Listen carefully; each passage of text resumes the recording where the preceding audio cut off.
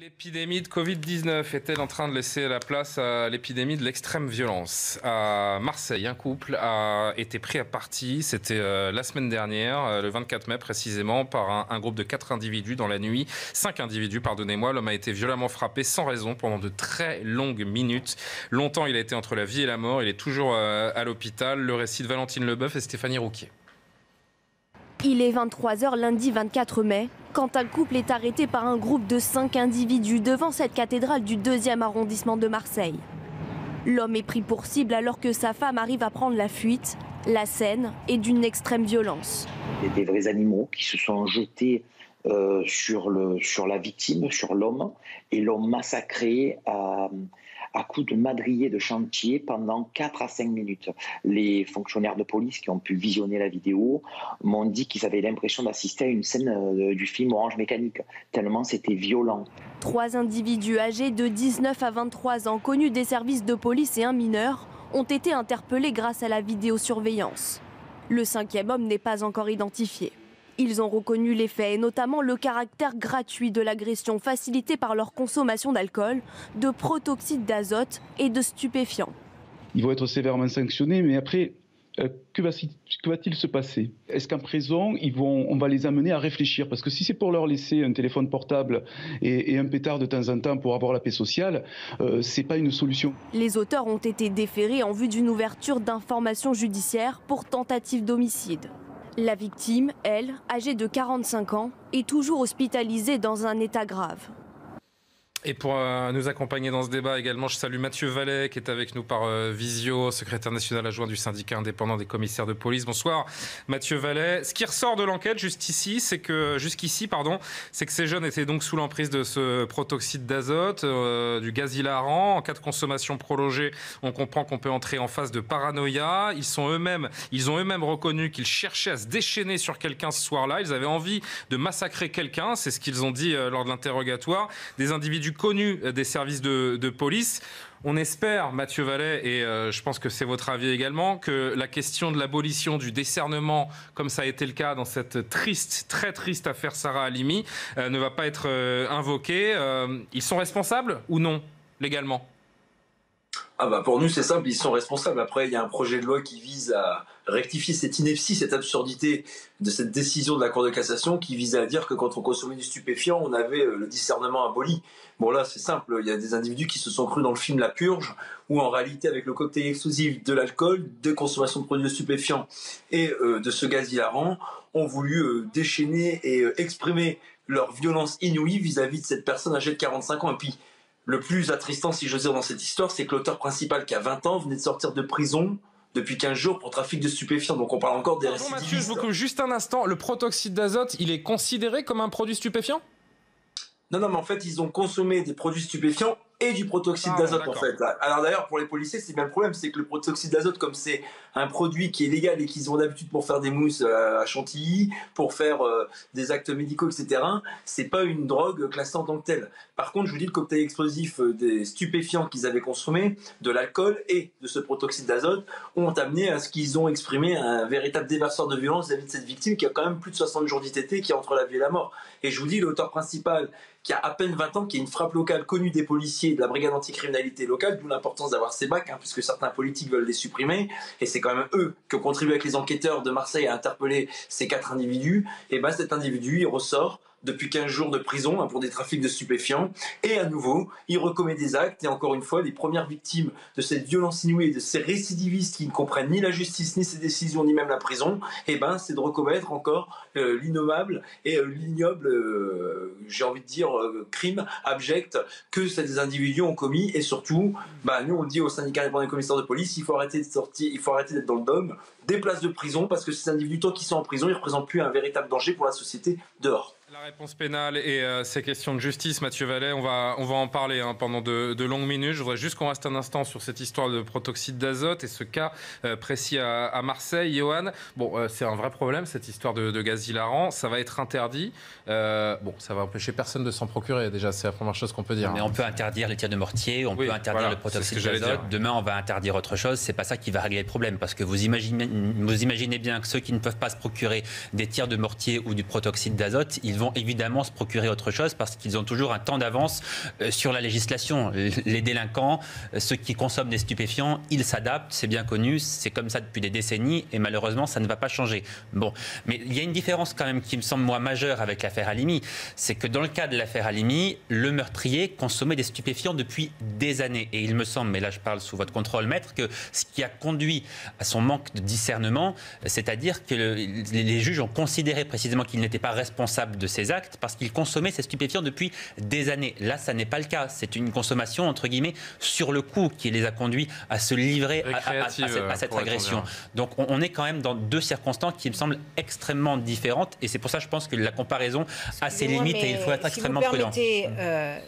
Une personne qui prend du protoxyde d'azote et qui va frapper comme ça un couple, à la base, il y a quand même un sujet, je vais vous dire, parce que si tous les gens qui prenaient du protoxyde d'azote allaient fracasser des gens... il s'est fait lyncher, il a fini entre la vie et la mort. Excusez-moi, c'est précisément ce que je vous dis, vous ne m'avez pas compris, je pense. C'est précisément ce que je dis. Non, mais je suis d'accord, mais ce que je veux dire, c'est que qui prennent du protoxyde d'azote, qui prennent du shit, qui prennent de la coke, qui prennent je ne sais pas quoi... Ils la prennent volontairement. Ce sont à la base, même avant même la consommation de stupéfiants, ce sont à la base des délinquants et des gens violents. Donc ça, on n'en sort pas. C'est des gens souvent qui sont connus. Connus des services de police. Les 4 arrêtés à Marseille sont connus. Qui est déjà là, etc.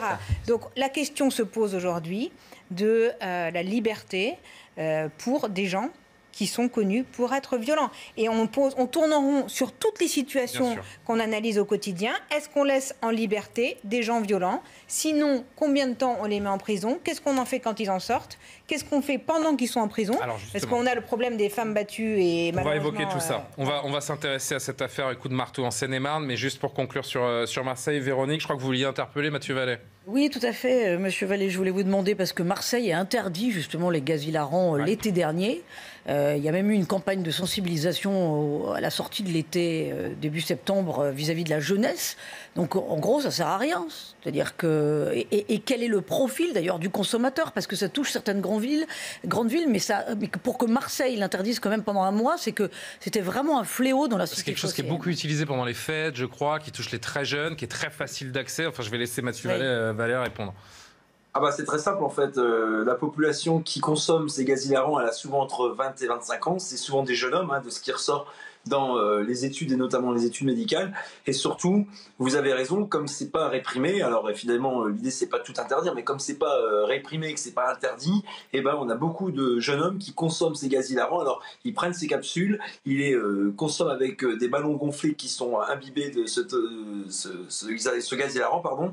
Et puis derrière, effectivement sur la voie publique, vous pouvez voir des capsules assez régulièrement. Et sur Marseille, il y avait des rues jonchées de capsules, d'où l'interdiction de la mairie de Marseille en août 2020. Après, les personnes qui s'exposaient à la consommation ou même à la vente aux mineurs, alors il y a une loi récemment qui est passée qui interdit la vente aux mineurs et la consommation sur la voie publique, mais l'arrêté, c'est une sanction de première classe, et ça veut dire 35 € qui est encouru lorsque l'arrêté municipal, donc l'arrêté du maire, n'est pas respecté. Et effectivement, c'était plus ou moins inefficace, puisqu'on constate que cette augmentation de consommation, elle est là, et qu'on peine à réguler le problème. Encore une fois, vous l'avez dit, on aura peut-être l'occasion, Julien Pasquier, de l'évoquer plus tard, mais tout ça, ça rentre dans un problème plus large de la délinquance et de la violence de notre société, où la police est sollicitée de toutes parts et elle ne pourra pas seule apporter toutes les réponses. Justement, la récidive, la question des prisons, on y vient tout de suite. Cette agression, à travers le prisme de cette agression ultra-violente, là encore, en Seine-et-Marne, une femme de 57 ans qui a été frappée donc hier à coups de marteau pour un téléphone portable, alors qu'elle se baladait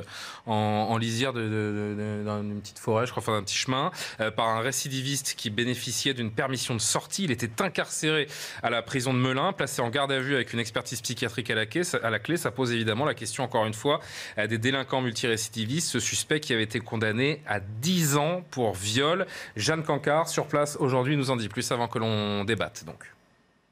C'est en milieu de journée, ce lundi, qu'un groupe de cyclistes qui se promènent alors le long de ce chemin découvre une femme à terre. Elle est recroquevillée sur elle-même. Cette femme est alors consciente, mais elle présente différentes blessures à la fois au niveau du crâne, mais aussi au niveau du visage. Les cyclistes décident alors d'appeler les secours qui la transportent à l'hôpital de Créteil. Cette femme qui explique ensuite aux enquêteurs qu'elle a été agressée par un homme qui l'a rouée de coups de marteau ici sur ce chemin avant de lui dérober son téléphone portable. Un individu s'est justement présenté quelques heures après l'agression au commissariat de Nemours qui se situe à une dizaine de kilomètres d'ici. Il a reconnu que c'était lui l'auteur de ces coups de marteau, un individu qui est bien connu des services de police et de justice puisqu'il purge actuellement une peine de prison de plusieurs années pour viol au centre de détention de Melun. Cet individu qui depuis jeudi dernier avait obtenu une permission de sortie de quelques jours. Cette permission elle est délivrée par un juge d'application des peines. On ne connaît pas encore la raison exacte de cette permission, mais si elle lui a été donnée, eh bien c'est que cet individu, lors de sa détention, présentait un comportement correct. Maître Najwa Laïté, mais où allons-nous? Un homme condamné à 10 ans de prison pour viol qui a des permissions de sortie, c'est normal? Bien, si il a, votre journaliste le disait, un comportement j'allais dire où il a cet aspect normal, j'allais dire, où il se comporte bien en prison, il travaille en prison quand il y a un emploi, parce que... Enfin, que je sache, il n'y a pas trop d'occasion de commettre des viols en prison, a priori. Non, mais ça, on est d'accord. S'il les commet sur des femmes, non, mais ça, on est d'accord. Mais vous savez que les prisonniers... Donc, ils sont en prison parce qu'avant tout, ils sont des dangers pour la société. Donc, il vaut mieux qu'ils soient en prison. Et une fois qu'ils sont en prison, ils sont jugés aussi par rapport à leur comportement qu'ils ont en prison. Là, il ne s'agit pas d'un prisonnier avec un bracelet électronique. C'était une permission de sortie. Donc, c'est le juge de l'application des peines qui a décidé de lui permettre de prendre 1 ou 2 jours. D'ailleurs, le problème, c'est que c'est certainement très légal, mais les gens ne peuvent plus tolérer de voir ça, d'entendre ça. Bien sûr qu'ils ne le comprennent pas. Ce n'est plus entendable par la population. Bien sûr que ce n'est plus entendable par la population. Je ne vais pas vous dire le contraire. Et là, je prends la casquette de citoyenne et pas d'avocate. Parce que ce n'est pas la première fois qu'un prisonnier a une autorisation de sortie parce qu'il a un bon comportement pendant 1 année, 2 années, 3 années. Ce n'est pas la première fois. Et ensuite, non mais je termine. Allez. Ensuite, quand il sort et qu'il y a ce type d'agression extrêmement violente, et ce n'est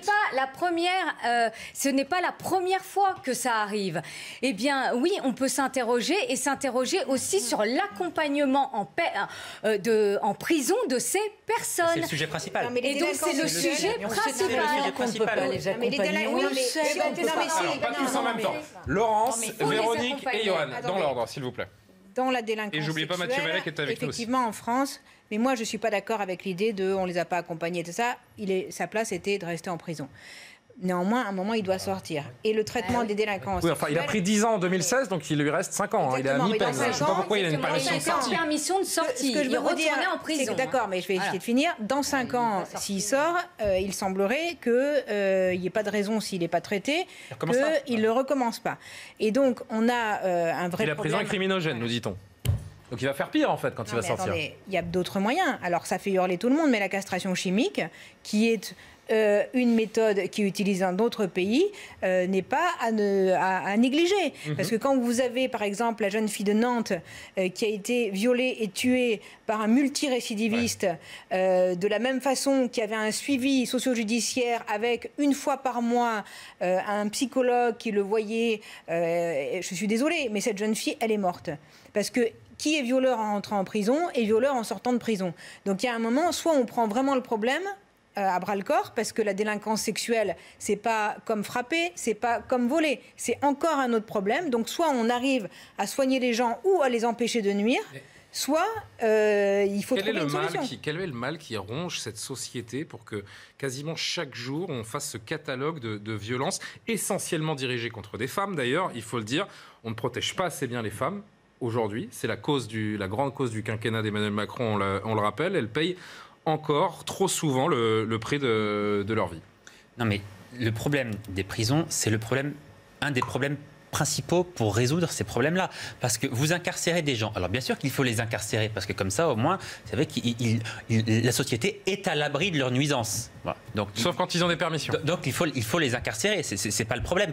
Mais le problème dans notre pays, c'est qu'on n'incarcère pas bien. Donc il faut incarcérer mieux. Qu'est-ce que ça signifie? Je suis pas en train de parler du confort des prisonniers, je suis en train de parler de leur suivi. Parce qu'on voit bien dans les thèmes d'actualité qu'on développe depuis maintenant des semaines, voire des mois, que les multirécidivistes qui ressortent de prison ressortent la plupart du temps dans un état pire que lorsqu'ils y sont entrés. Je reprends l'exemple de La Chapelle-sur-Erdre. Là, on parle de radicalisation. Un individu qui entre en prison qui n'est pas radicalisé, il ressort, il est radicalisé et il commet un acte sous ce prétexte-là. Donc on voit bien qu'il y a un problème dans cette prison, dans les prisons françaises en général. Là, c'est pareil. Ce monsieur a fait 50 prisons. Bon, en 5 ans, est-ce qu'il a été soigné ? Visiblement non, puisqu'il recommence au bout de 5 ans. C'est bien que le suivi n'est pas à la hauteur. Et c'est comme ça. On ne pourra jamais soigner ces gens aussi, il faut le savoir. Parfois, oui, il y en a qui sont accusés. Il y en a pour qui on ne peut pas. Je parle de la castration chimique. Non mais Laurence, laissez-moi terminer. Mais évidemment, il y a toujours des gens qui ne sont pas récupérables. Il y a toujours des gens qui sont perdus à vie, bien sûr. Sauf que si on ne tente rien pour essayer de les sortir de là, à un moment ils vont ressortir ces gens. Au bout de 5 ans, de 10 ans ou de 20 ans, ils vont ressortir. Si on ne les a pas accompagnés durant leur incarcération, eh bien, il y a de fortes chances qu'ils soient récidivistes. Et donc, le problème pour la société ne sera en rien réglé. Pardon. Véronique, je viens vers vous tout de suite. Je voudrais juste passer par Mathieu Vallet sur cette question des récidivistes. Et je pense qu'il peut alimenter notre débat et vous permettre également de densifier votre réponse dans un instant. Cette grande difficulté de suivre ces récidivistes, ce côté criminogène de la prison. Comment vous abordez ça, vous ?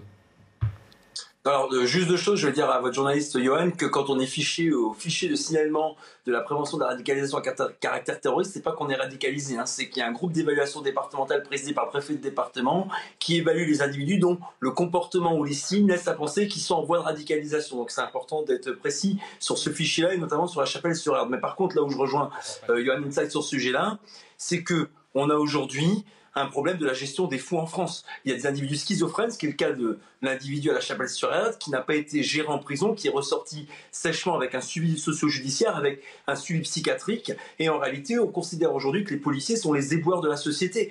Il faut cacher, il faut gérer cette misère, ces fous que la société ne veut plus voir et ne veut plus gérer. Et les policiers sont ni formés, ni aguerris, ni équipés pour gérer ces fous qui sont atteints de réelles pathologies psychiatriques. C'est ça la réalité. On ferme des lits en hôpital psychiatrique, on a des infirmiers psychiatriques qui ne se déplacent plus pour prendre ces individus atteints de démence ou atteints de folie chez eux, et on met en danger d'abord nos collègues, les policiers ou les gendarmes sur ces interventions, et on met aussi en danger la population. Et qui rentre ou qui sort avec ces états psychiatriques sans traitement, sans suivi, sans prise en charge, on retrouvera les mêmes individus avec les mêmes états pathologiques psychiatriques, avec les mêmes effets et les mêmes lamentations qu'on évoquera avec des tweets ou des recueillements. Maintenant, sur la prison criminogène, moi je préfère savoir des individus dangereux derrière les barreaux plutôt que dans la vie de tous les jours au contact de nos concitoyens qui font les frais de cette violence inouïe. Je vous entends, Mathieu, mais c'est bien qu'elle ait un rôle, la prison, quand même.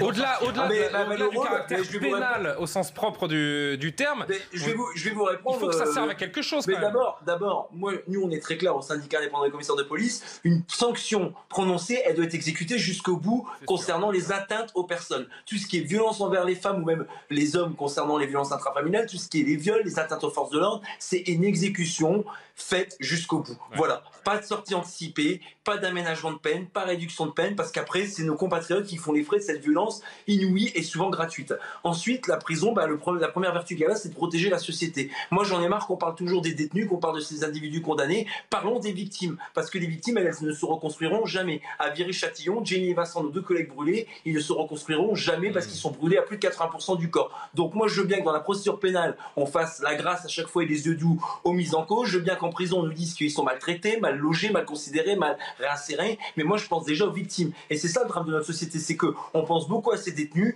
mais moi, je suis très clair. Ce soir, lorsque des individus commettent des crimes abjects, lorsqu'ils commettent des délits avec la mort qui s'ensuit, notamment sur les crimes, il faut qu'ils soient derrière les barreaux jusqu'au bout. Et on n'a pas assez de places de prison, effectivement. Donc les services de l'administration pénitentiaire sont en souffrance. Il faut créer des places de prison. Nous en avions promis 15 000. 7 000 seront livrées en 2022. Là aussi, les promesses ne sont pas tenues. Voilà, les policiers, eux, font leur travail. On peut s'améliorer. On accueille les victimes de violences intrafamiliales. On accueille toutes les victimes aussi des infractions. Vous parliez du racisme tout à l'heure. Vous avez vu que la police de Cergy a fait un travail remarquable et rapide. Il faut aussi que les décisions de justice soient exécutées jusqu'au bout pour qu'elles soient crédibles, cette justice, et surtout que la société soit protégée. Après, effectivement, pour les individus, individus, et il y a des sorties sèches qui ne doivent pas avoir lieu. Mais moi, désolé, mais ce soir, je parlais des victimes et pas tout le temps des personnes condamnées, des voyous, qui, je pense, ont déjà une part belle consacrée par le code de procédure pénale, par notre justice, qui permet pas mal de droits les concernant, et souvent au détriment des victimes.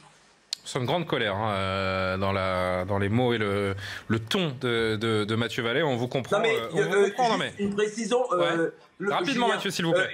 Vous avez une loi actuellement qui s'appelle Confiance dans l'institution du judiciaire. On devrait l'appeler la loi dans la défiance de l'institution policière. Aujourd'hui, avec la loi de M. Dupond-Moretti, ce qui est très clair, c'est qu'on ne fera plus la prison dans des établissements pénitentiaires, on fera la prison à la maison. Vous savez qu'en détention provisoire au bout de 8 mois, on obligera les magistrats, sauf à des motivations bien détaillées, bien individualisées, de remettre les individus sous bracelet électronique. On veut aussi pallier le manque de prison. C'est de la Dordogne, là, qui avait un bracelet électronique. Et ce que nous, on va alerter au syndicat d'indépendants des commissaires ce soir, c'est que substituer le bracelet à la maison par la prison à la maison, ça ne fonctionnera pas. Vous avez bien vu que dans les drames, moi j'appelle pas ça des faits divers parce que c'est des drames du quotidien. On avait des individus qui avaient des bracelets et pour autant, ça n'empêche pas le passage à l'acteur. Que le bracelet soit utilisé pour des délits ou des infractions pas très graves, d'accord, mais pour tout ce qui entraîne violence aux personnes et surtout dans ces cas d'exutoire violent comme on le constate tous les jours, il faut que les individus soient en prison parce que la prison à la maison, ça ne marche pas. Véronique Jacquier.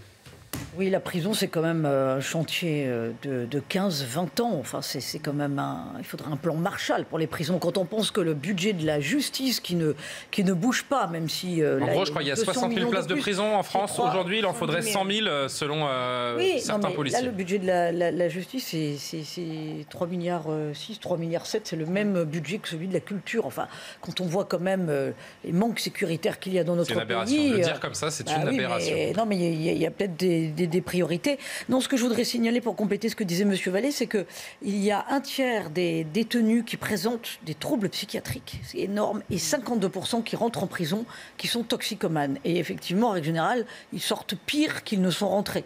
Donc il y a une vraie réflexion à avoir aussi, sur le type de prison, sur la durée d'incarcération, sur des prisons qui existent aussi aux Pays-Bas pour de courtes peines, où vous êtes incarcéré au premier méfait qui est fait, voilà. Donc il y a quand même des choses à repenser. Et c'est vrai que quand on voit que Maître Dupond-Moretti est en campagne en ce moment et qu'il n'en a qu'après l'extrême droite. Alors Maître Dupond-Moretti, aujourd'hui, c'est monsieur Éric Dupond-Moretti, le ministre de la Justice. Je comprends, monsieur Vallet. Alors, juste, je voudrais encore vous entendre, Laurence, ainsi que Najwa Laïté, pour conclure sur ce thème, avant de rester encore quelques instants sur les prisons. Je voudrais juste qu'on entende Marine Le Pen, qui était chez Laurence Ferrari ce matin dans la matinale, et qui parle de cette société ultra-violente et qui nous tire le constat, évidemment, de ces violences. Écoutez-la. Je pense que notre civilisation est en grand danger.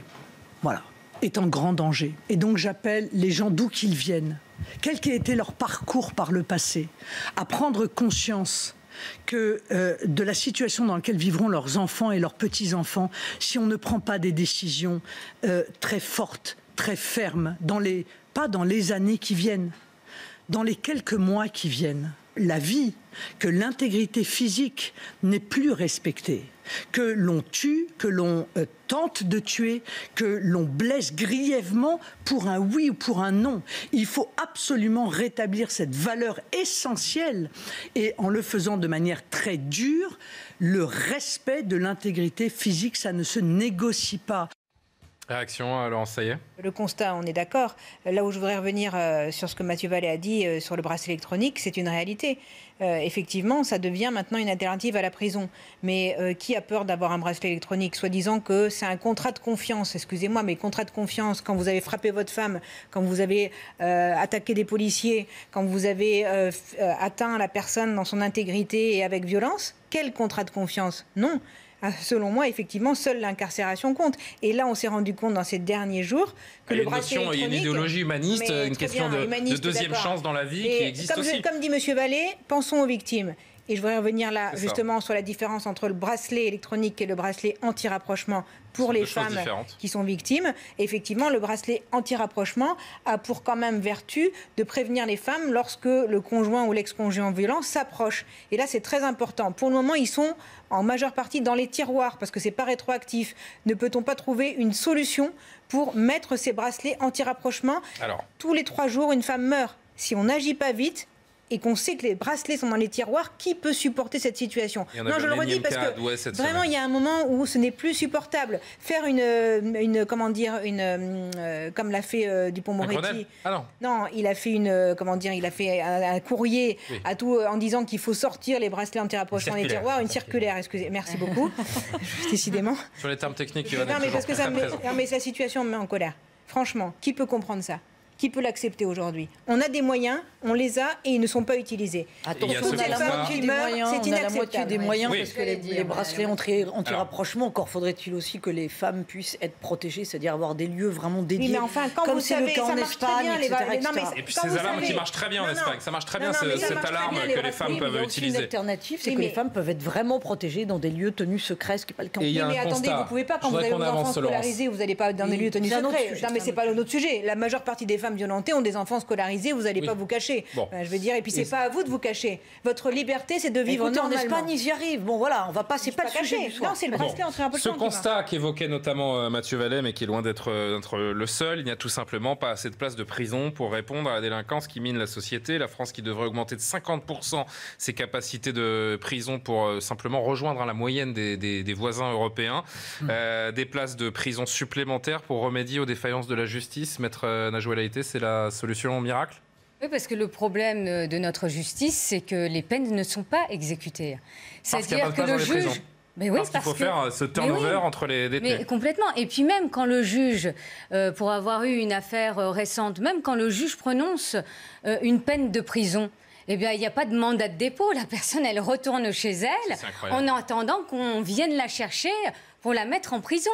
Donc, on a une idée du pourcentage de mandats de dépôt en France après des affaires j'aimerais pas vous donner un chiffre erroné, mais tout ce que je sais, c'est que vous avez à peu près 100 000 peines de prison qui ne sont pas exécutées. C'est énorme. Et donc, il y a un manque criant de places en prison, ce qui est une réalité. Donc là, vous avez un gouvernement aussi qui essaye de rattraper aussi le retard. Vous parliez en effet d'un budget de la justice qui est très faible, mais comparé à nos voisins européens, eh bien la France consacre un budget de 69 € par habitant. Ben oui. Comparé à la moyenne européenne qui est de 82 €. Donc autant vous dire que c'est une misère pour la justice. Donc il y a un manque de moyens. Comment on peut expliquer ça ? Il y a un manque de moyens criant, donc il faut remettre le paquet sur le régalien. Et vous avez donc un ministre de la Justice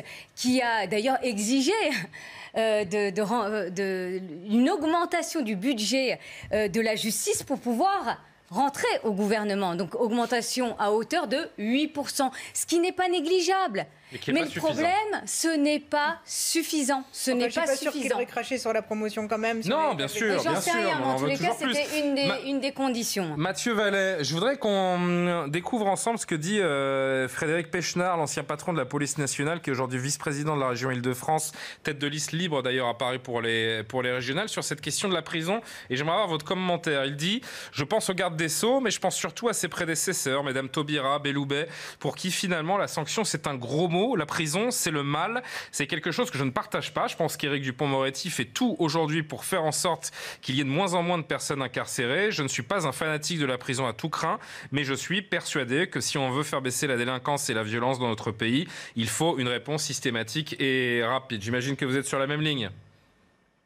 Ah bah là, au-delà des appartenances politiques, M. Pechnard, ça a été un grand directeur général de la police nationale et donc du coup, je partage évidemment le point de vue. Enfin, c'est le point de vue d'un citoyen éclairé qui dit des choses de bon sens. Il faut que pour que les individus soient dissuadés de commettre des infractions, ils aient derrière la certitude qu'il y aura une sanction et que cette sanction, effectivement, comme le disent les invités sur le plateau, soit exécutée. C'est une certitude. Bon, après, M. Dupond-Moretti, si vous étudiez bien le projet de loi qu'il a défendu, et je suis désolé pour votre invité sur le plateau, en tout cas, il y a bien une profession qui va être défendue, c'est les avocats. Encadrement renforcé des perquisitions, encadrement renforcé des écoutes, encadrement renforcé des procédures relatives aux avocats.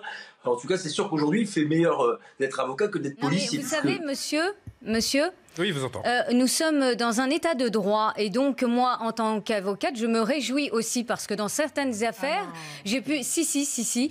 Laissez terminer. Moi, en tous les cas, je peux vous dire, quand il s'agit de défendre la police, j'ai toujours été là. Donc voilà, là, c'est l'avocate qui parle et je suis désolée. Heureusement qu'on est dans un état de droit où la présomption d'innocence existe, où vous n'allez pas faire des perquisitions comme ça. Mais j'ai une question, madame. Il s'agit aussi d'avoir une présence... On arrive, Mathieu Vallet. Non, mais monsieur, je termine, je vous ai écouté. Monsieur, je termine. Vous écoutez. Il insiste. Non, mais monsieur, je termine, je vous ai écouté. Si je peux poser, j'ai une question. Est-ce que jusqu'à présent, non, parce que vous me faites passer pour quelqu'un qui n'est pas pour du tout. Ah d'accord, bon, au moins c'est clair, mais j'ai une question. Est-ce que vous aviez l'impression jusqu'à présent que les policiers ou les gendarmes menaient des perquisitions ou des écoutes en roue libre sans que ça soit fait avec l'assentiment et le contrôle des magistrats dans le cadre d'enquêtes préliminaires de flagrant délit? Non, mais je vais vous citer un exemple récent. Les fadettes. Le parquet national financier, je peux vous dire, là, c'est pas des écoutes déjà. Oui, non, mais en tous les cas, oui. Vous dérivez. Là. Non, mais attendez, ce que je veux dire par là. Je suis d'accord avec Monsieur Vallet. Non, mais perquisitions sont des. Non, mais madame, on peut débattre. Non, mais pour que le débat soit intelligible pour les gens qui nous regardent, il faut que vous ayez au bout de vos phrases. Non, je suis des. Concluez, s'il vous plaît, maître, et Laurence répondra si elle veut. Merci. Ce que je veux dire par là, quand Monsieur Vallet, moi, ce qui est terrible dans ces débats-là, c'est qu'on est là à opposer la justice, la police, mais c'est lamentable. Si on oppose, non, je suis désolée, non, c'est le débat permanent en ce moment. C'est le débat permanent. Je n'ai jamais opposé la justice et la police. Voilà. Tout ça pour vous dire que dès qu'on aborde des questions en effet de fond, c'est-à-dire que les places en prison, les moyens qui sont consacrés à la justice, qui sont aussi un véritable problème. Et la réalité, c'est que même avec une augmentation de 8% du budget qui est historique, ce n'est pas suffisant. Et moi, je vais vous dire, j'en ai ras-le-bol qu'à longueur de débat, on oppose deux maillons de la chaîne pénale qui est essentiel. On ne soit pas d'accord avec vous sans opposer la police et la justice. Excusez-moi, non mais là vous faites un amalgame. Je reviens à ce que disait Monsieur Vallet. Non seulement évidemment, vous insinuez que les perquisitions étaient faites sans contrôle du juge. Ça n'a été que dans le cas. Oublions les perquisitions. Excusez-moi, est-ce que je peux tenir un raisonnement? Oui, mais ça ne fait pas un sujet sur les perquisitions. Exactement, je n'ai pas dit ça. C'était que dans l'état d'urgence que c'était le cas. Donc les perquisitions ont toujours été sous le contrôle du juge. Là où il y a une difficulté par rapport à ce qui a été décidé, je suis totalement d'accord avec M. Vallet, c'est que ça va vraiment contrarier et rendre plus difficile les perquisitions et qu'il y a une forte inégalité. Quand vous aurez les moyens de vous payer un avocat qui va débarquer à votre perquisition, vous serez bien content, mais quand vous n'aurez pas les moyens, vous aurez une perquisition. S'il vous plaît, on ne fait pas un débat sur le changement de la loi, sur la protection des perquisitions ou pas. Je voudrais qu'on conclue sur les prisons. Mathieu Vallet, je vous entendrai dans un instant. Est-ce que dit Mathieu Vallet, évidemment qu'on a envie d'abonder dans son sens et qu'il a raison, il faut arrêter de se poser la question des conditions de vie des prisonniers et surtout s'intéresser à ces victimes.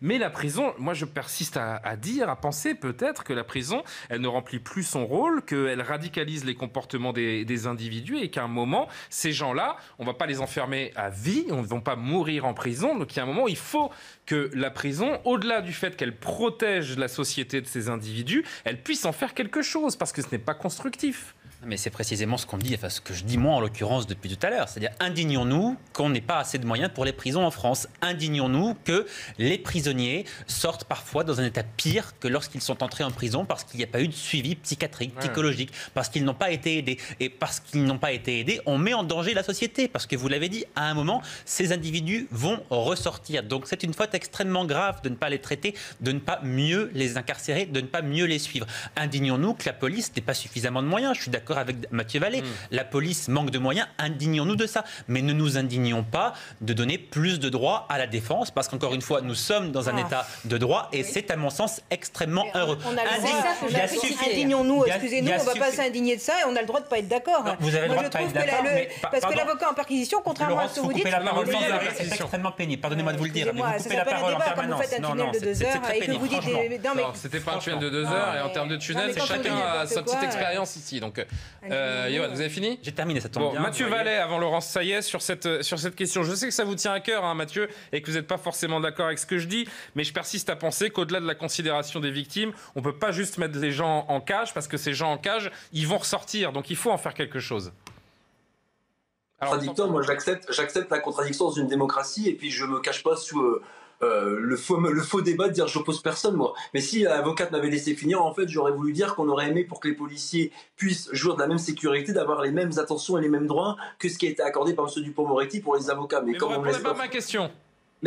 Mais votre question c'est quoi? Moi je vous ai répondu, Julien. C'est que en réalité, si vous voulez, la prison aujourd'hui, elle doit exécuter les décisions de justice avec des individus incarcérés. Et évidemment que Yohann Say a raison. On va avoir des détenus psychiatriques, mais je vous ai déjà répondu, qui doivent faire l'objet d'un suivi dont la place n'est pas en prison, mais dans des hôpitaux psychiatriques. On n'a pas les moyens de l'accompagnement, c'est ça, ouais.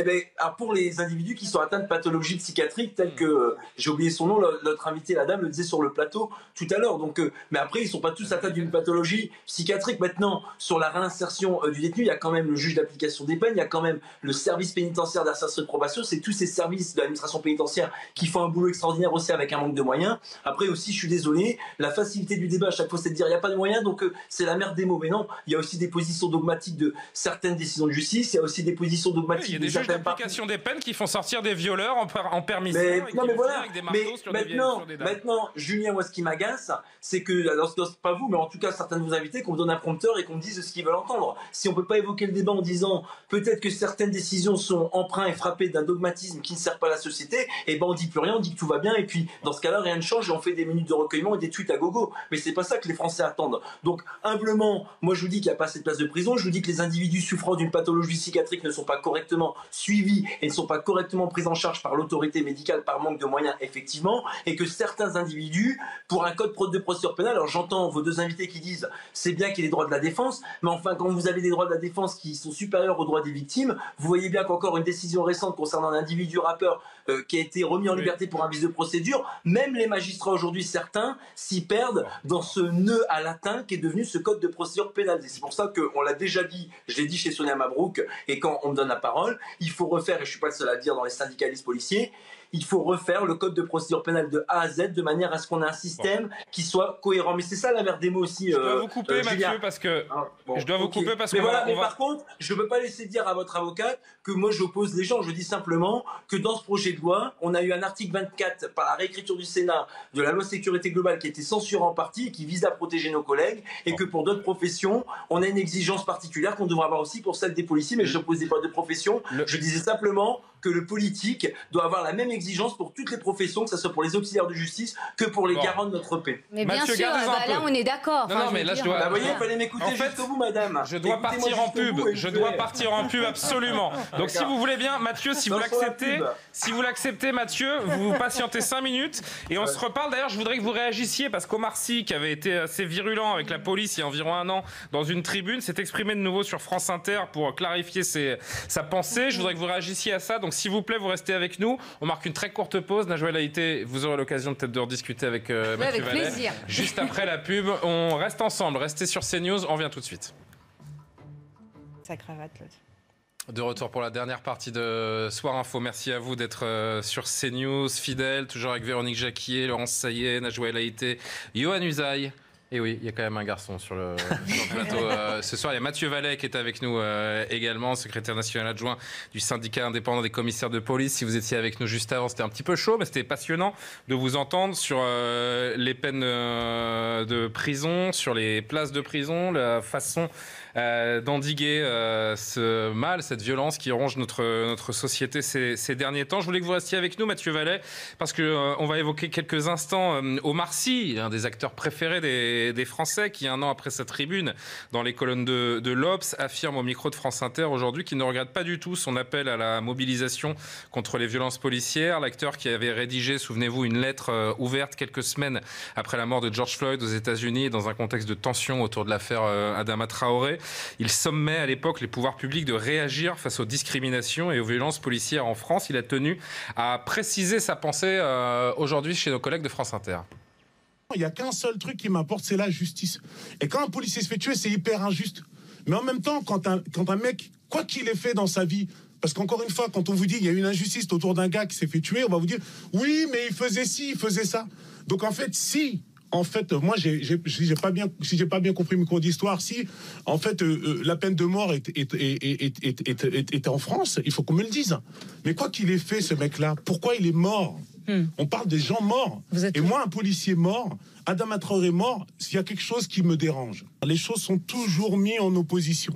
On ne peut pas dire qu'il y a des violences policières, on ne peut pas dire qu'il y a du racisme dans la police, sans pour autant dire que la police est raciste quand on dit ça. Pourquoi on ne peut pas dire qu'il y a des policiers racistes? Ça ne veut pas dire la police est raciste. Quand je dis il y a des policiers racistes, je suis contre la police, je suis contre l'État quand je dis ça. Pourquoi? Alors que vous n'êtes pas contre la police. Je ne suis pas contre la police et je ne dis pas que la police est raciste. Je dis qu'il y a des policiers racistes. Mathieu Vallet, éclaircissement nécessaire, discours mesuré, plus mesuré. Il dément finalement les amalgames qu'on a voulu lui prêter. Non, mais Marseille, en fait, il aurait dû continuer à faire une seule chose, ce pourquoi il est bon, c'est-à-dire du cinéma. Et puis, s'il veut mener un combat, il le mène depuis son lieu de résidence à Los Angeles, aux États-Unis, là où, aux États-Unis, a démarré l'affaire George Floyd, parce qu'on n'a pas eu d'affaire George Floyd. Un citoyen peut s'exprimer tout de même. Ah bah vous me demandez mon avis. Oui, c'est vrai. Je m'exprime, enfin voilà. Simplement, je vous dis, moi, il aurait dû continuer de faire ce qu'il fait de mieux, c'est du cinéma. Après, j'ai jamais entendu dire un mot sur nos collègues décédés, sur Éric Masson, par exemple. Enfin, la liste des policiers morts pour la République, on peut l'égrener à foison depuis 2012 si on veut prendre une date de référence. Ensuite, M. Omar Sy, il habite à Los Angeles. Donc, je vous dis, aux États-Unis, c'est là où a démarré l'affaire George Floyd. Et c'est là aussi où on sait qu'il y a une forte ségrégation par rapport à la couleur de peau, et y compris les personnes de couleur noire qui en sont victimes. Mais en France, à ce que je sache, on n'a pas eu d'affaire George Floyd. À ce que je sache, c'est les policiers qui protègent toutes les communautés, tous les individus, quelle que soit leur couleur de peau. Et ça, il a oublié de le dire. Après, bon, la justice qu'il évoque, elle est à géométrie variable parce qu'en réalité, moi je suis désolé, mais les policiers ne sont pas connus de la justice. Ils font dans la grande majorité des cas, pour pas dire dans la quasi-totalité des cas, correctement leur travail. Et en fait, M. Omar Sy, il est en train de se rattraper parce qu'il a constaté qu'il avait dit une grosse connerie et que il le sait, les policiers font leur travail. Et je pense que l'actualité récente l'a montré qu'ils ont payé jusqu'au sacrifice de leur vie. On a eu depuis plus de 10 ans le double de policiers blessés en intervention. Je ne parle pas sur leur temps de trajet, je ne parle pas des blessures causées par personne, je parle par des blessures causées par des chairs qui veulent se faire du policier. Donc voilà, Omar Sy, c'est le son de morale depuis une résidence ultra sécurisée dans des belles résidences de Los Angeles. Je trouve ça un peu facile. Qui viennent aux côtés de nos collègues au quotidien voir ce que c'est que la vraie délinquance. Et la une de l'Obs, pour terminer, lorsqu'ils disaient les violences policières sont l'affaire de tous, non.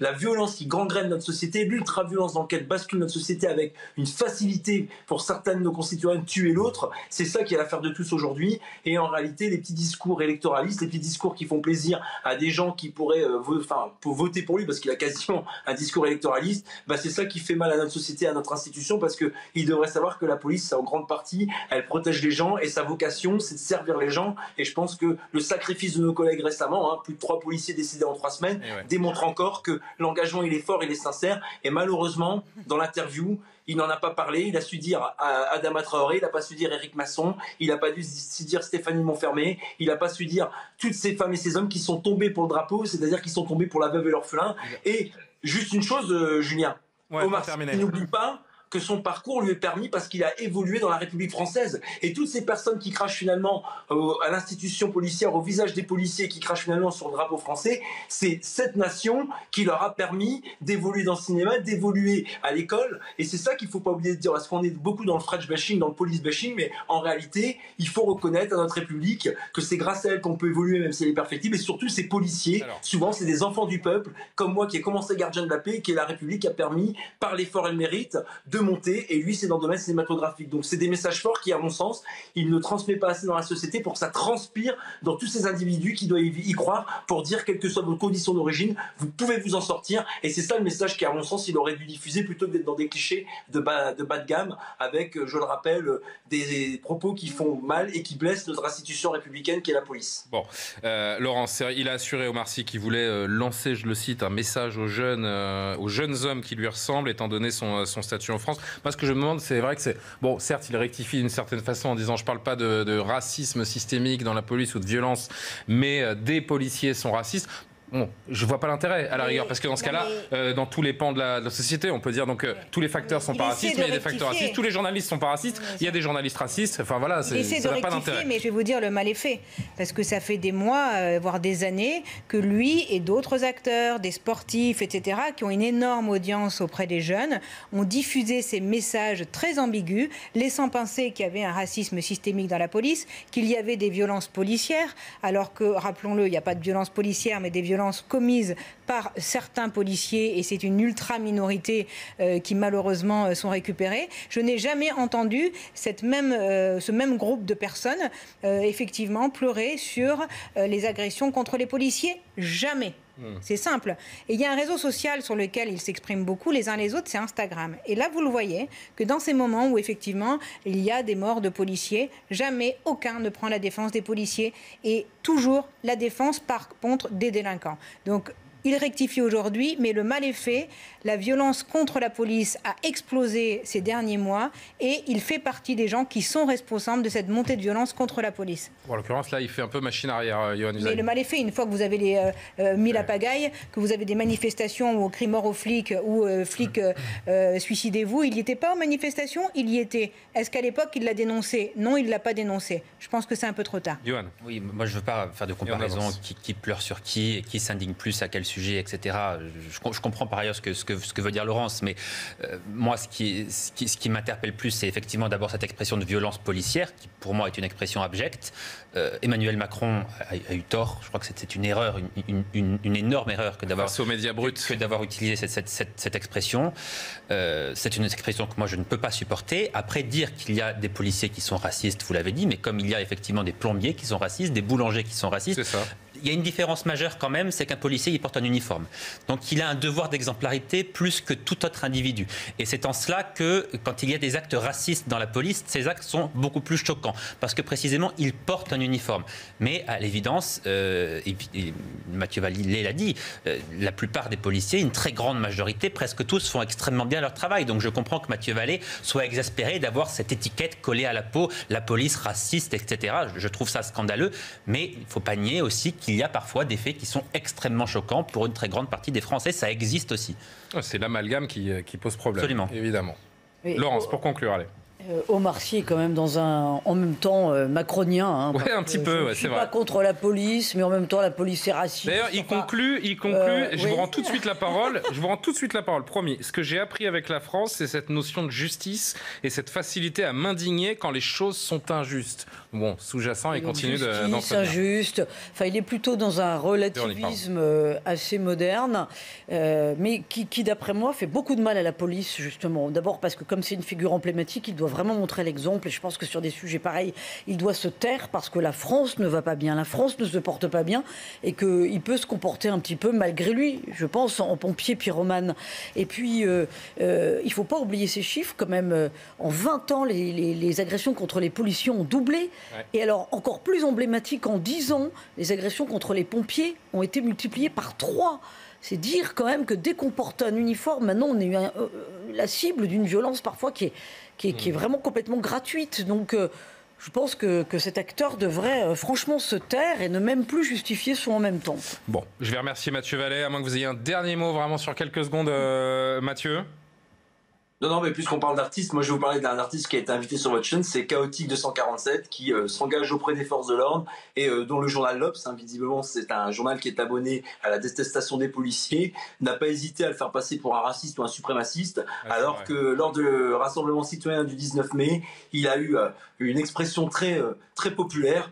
Ce gamin du peuple qui a un parcours cassé et qui pour autant aujourd'hui grâce à la République s'en sort, a un discours je trouve très rassembleur et très humaniste, et c'est ces personnes-là qui on devrait donner la parole plutôt que de faire comme on fait certaines personnes avec nous, c'est-à-dire du racisme et de la stigmatisation. Et je veux dire que c'est à cet artiste-là que nous on pense, parce qu'il a des propos justes sans pour autant être un pro-flic aveugle, et il a eu des mots très émouvants lors de notre rassemblement sur son parcours et sur son admiration pour le travail des policiers qui d'une certaine manière lui a permis de grandir dans cette belle République. Et j'insiste, Julien, pour terminer, Omar Sy, vous avez raison, il a un aura auprès des jeunes qui disent à ces jeunes, quelle que soit votre condition de départ et votre couleur de peau, si vous vous en donnez les moyens, si vous vous bouger. Et ben aujourd'hui en France, plus qu'ailleurs, c'est possible et votre condition sociale, elle déterminera partout. Et en tout cas, au plus vous montrez, au plus vous aurez la fierté de vos parents et la fierté de votre parcours, parce que vous avez commencé de plus loin et de manière plus difficile que certaines autres personnes qui ont moins de difficultés dans la vie. Merci beaucoup Mathieu Vallet, à bientôt dans Soir Info. Vous êtes à Paris maintenant, donc on va pouvoir se retrouver pourquoi pas bientôt en plateau.